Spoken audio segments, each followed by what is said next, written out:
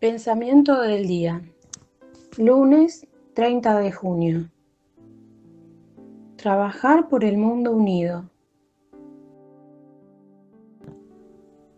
Me dirán, pero Kiara, la unidad del mundo es una utopía. ¿Quién dice que es una utopía?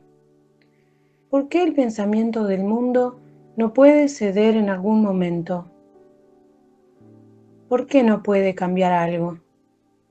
Si hacemos una parte del trabajo por la unidad, de aquí hasta aquí, el Omnipotente que está con nosotros hará de allí en adelante. Él gobierna la historia.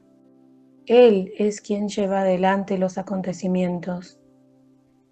Él está detrás de todas las cosas.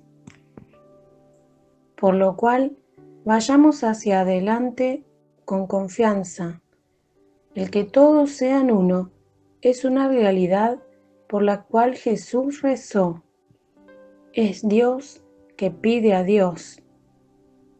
Por lo tanto, vayamos hacia adelante con esta confianza. Hagamos nuestra pequeña parte, que Él hará la suya, la grande.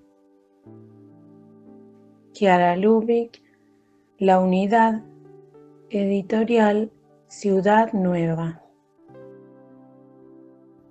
Hola, si te ha gustado este video, danos like y suscríbete al canal para recibir notificaciones.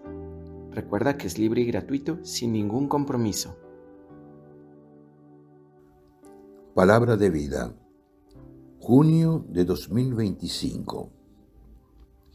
Denles ustedes de comer.